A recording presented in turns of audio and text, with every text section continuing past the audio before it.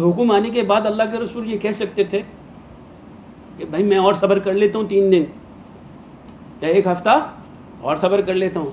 تو اللہ کے احکامات کے ساتھ صبر ایکچولی صبر ہے، اپنی مرضی کا صبر نہیں کرنا ہے. یعنی جو انسٹرکشنز ہمیں ملی جاتی ہے اس انسٹرکشنز کو فالو کرنا، اللہ اور اس کے رسول کے بتائے ہوئے احکامات کو اس کو پورا کرنا ایکچولی صبر ہے. تو اللہ کے رسول وہاں سے ہجرت کر گئے، وہاں رک کے بھی صبر کر سکتے تھے، پھر جنگوں میں صبر کیا وہ اس کے بعد کی باتیں. ٹھیک ہے جی.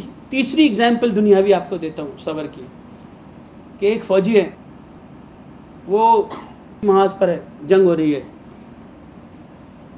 اور اس کے پاس اسلحہ نہیں ہے مگر اس کے پاس ریڈیو کمیونیکیشن ہے. ٹھیک ہے جی. اس کے پاس گولیاں بھی کم ہیں، اس کے پاس ایمونیشن کی اتنی تعداد نہیں ہے، نفری بھی کم ہے. تو وہ ہیڈ کوارٹرز فون کرتا ہے، کہتا ہے سر حالات بہت خراب ہیں، ہمیں مزید نفری بھی چاہیے، مزید اسلحہ بھی چاہیے. تو پیچھے سے جواب آتا ہے کہ بھائی کہ ابھی 1 دن اور لگے گا، ڈٹے رہو اور دشمن کو آگے بڑھنے نہ دو، انشاءاللہ تعالی نفری بھی آپ کو پہنچ جائے گی، جو بھی اسلحہ ہے سب آپ کو پہنچ جائے گا. یعنی رسد نہ ہونے کے باوجود دشمن کو یعنی وسائل نہیں ہیں، اپنے حوصلے سے ڈٹرمنیشن سے اس مقام تک پہنچنے نہ دینا جہاں آپ کو حکم آ جائے، اور جب تک لڑنا جب تک اس کی جان میں جان ہے. اسی کو آپ شہید کہتے ہیں، اس لیے اسے نشان حیدر بھی ملتا ہے.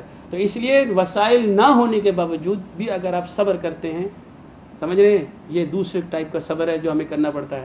نبی کریم صلی اللہ علیہ وسلم کے دور کی آپ کو ایک مثال دیتا ہوں کہ نبی کریم صلی اللہ علیہ وسلم ایک دن خانہ کعبہ میں نماز ادا کر رہے تھے اور حرم شریف میں کفار کی ایک بہت بڑی جماعت بھی موجود تھی.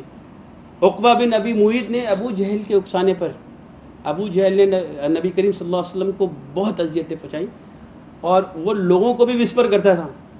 تو عقبہ بن ابی معیط کو انہوں نے اکسایا اور نبی کریم صلی اللہ علیہ وسلم چونکہ نماز ادا کر رہے تھے تو سجدے کی حالت میں اونٹ کی اوجڑی نبی کریم صلی اللہ علیہ وسلم پہ رکھ دی، پشت مبارک پر، اور مشرکین زور زور سے کہہ لگانے لگے.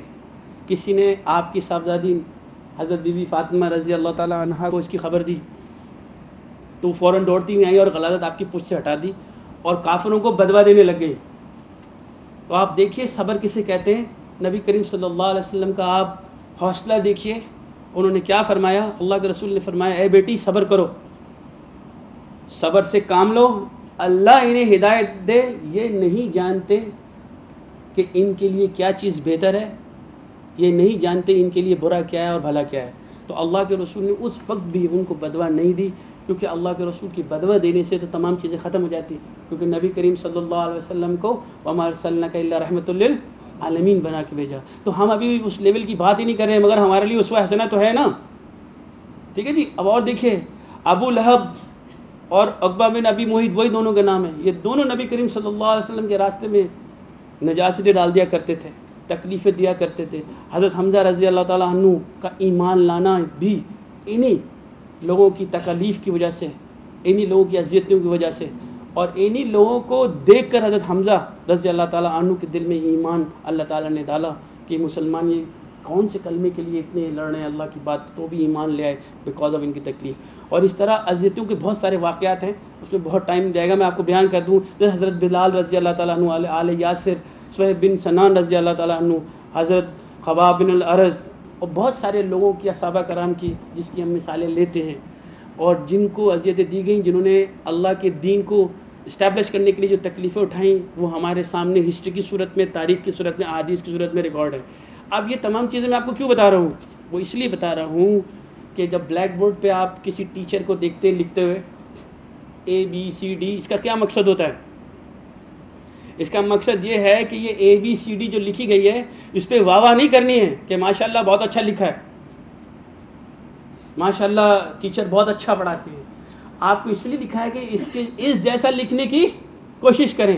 میں نے حضرت بلال رضی اللہ تعالیٰ عنہ، آل یاسر رضی اللہ تعالیٰ عنہ، صہیب بن سنان رضی اللہ تعالیٰ عنہ کا نام اسی لیے لیا ہے کہ وہ لوگ ہیں جنہوں نے نبی کریم صلی اللہ علیہ وسلم کے ساتھ دین کی اسٹیبلش میں تکلیفیں اٹھائیں، اذیتیں اٹھائیں، برداشت کیا، تاکہ ایسا بنانے کی کوشش کی جائے. مسلمانوں نے مکہ میں یہ تکلیفیں اس لیے اٹھائیں کہ میں اور آپ واقعات پہ صرف تبصرہ کریں یا ان واقعات کو مشل راہ بنائیں وہ سنت کو جو صحابہ کرام نے کی اس کو بھی زندگی میں لائیں. اس لیے میں آپ کو یہ تمام چیزیں بیان کرنا چاہ رہا ہوں کہ اس سے ہمیں ہی فائدہ ہے. جو بھی ٹیچر آپ کو بلیک بورڈ پہ لکھ کے بتاتی ہے ویسا لکھنے کی کوشش کرنی ہے. تو آج کے بعد ہم جب صبر کریں گے تو ویسا کرنے کی کوشش کریں گے جیسا اللہ اور اس کو رسول نے فرمایا. اب دیکھیں کنٹینیو کرتے ہیں, سبجیکٹ کو آگے کرتے ہیں. ہم سورہ فاتحہ میں جیسا آپ نے بھی پڑھا کہ ایاک نعبد و ایاک نستعین کہتے ہیں, تو ہم اللہ سے کہہ تو رہے ہیں. سورہ فاتحہ اس کو کھول لیجئے, سورہ بقرہ کی 45ویں آیت یعنی 45 اور سورہ بقرہ کی 153 ساتھ ساتھ کھول لیجئے. ہم کہتے ہیں, میں نے آپ کو بتا دیا تھا وَإِيَّاكَ نَعْبُدُ وَإِيَّاكَ نَسْتَعِينُ, إِيَّاكَ نَعْبُدُ وَإِيَّاكَ نَسْتَعِينُ. ہم صرف تیری انسٹرکشن کو فالو کرتے ہیں, اس پہ تو بات ہو گئی. وَإِيَّاكَ نَسْتَعِينُ, آپ کہتے ہیں کہ اب آپ کی مدد چاہیے اور تعاون چاہیے. کس کی؟ اللہ کی. اب اللہ کی مدد اور تعاون مجھے اور آپ کو چاہیے, کیونکہ ہم اس کی رضا کے لیے کر رہے ہیں, اس کی وجہ کے لیے. ٹھیک, ہم عبادت کے لیے صبر کر رہے ہیں, تو ہم